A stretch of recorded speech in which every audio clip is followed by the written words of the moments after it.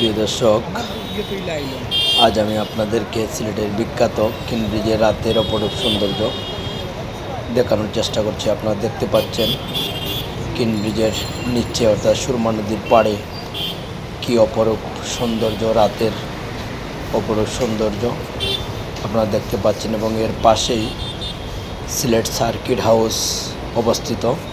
এটি একটি সরকারি গেস্ট হাউস, যেখানে বাংলাদেশ সহ দেশি বিদেশি অনেক ভিআইপি মানুষ, এমপি, মন্ত্রী এবং বিদেশি রাষ্ট্রদূতরা যখন সিলেটে ঘুরতে আসেন তখন এই সিলেট সার্কিট হাউসে তারা রাত্রি যাপন করে থাকেন।